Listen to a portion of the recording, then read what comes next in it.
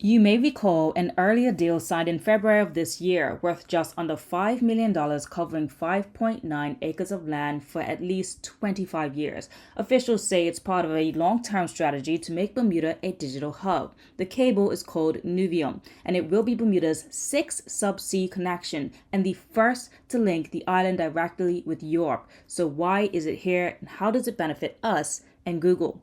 While there is an increasing demand for data, especially as artificial intelligence and cloud services expand, so Google gets the benefit of using Bermuda to store its data and increase global connection. Plus, with the past legislative changes over the last couple of years, Bermuda is also attractive to businesses for this type of work because we streamline permitting. So it's about a 75-day approval, unlike other countries, which was mentioned at the town hall meeting that could be up to 18 months for approval on this kind of project, which makes us a digital hub candidate.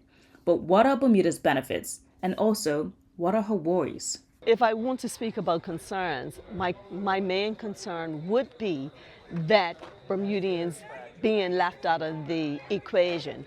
However, I do believe that Google is trying to be a good corporate citizen, and hopefully once they establish themselves, jobs will be realized, especially with respect to any sort of satellite companies and attendant companies that associate themselves with the Google structure, so to speak. Google is setting up in a high residential area.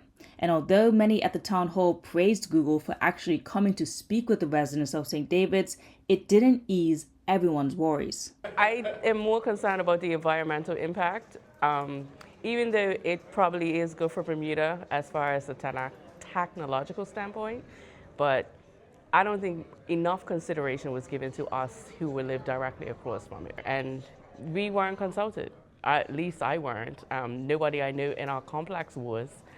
So nobody even knew about it. People heard that something was happening down in St. David's, but not that it was directly across from us. During the meeting, it was pointed out by a voice in the crowd and echoed by others that the government often treats St. David's like a, quote, dumping ground. The people are often left to fight for their history, their quality of life, and the natural beauty.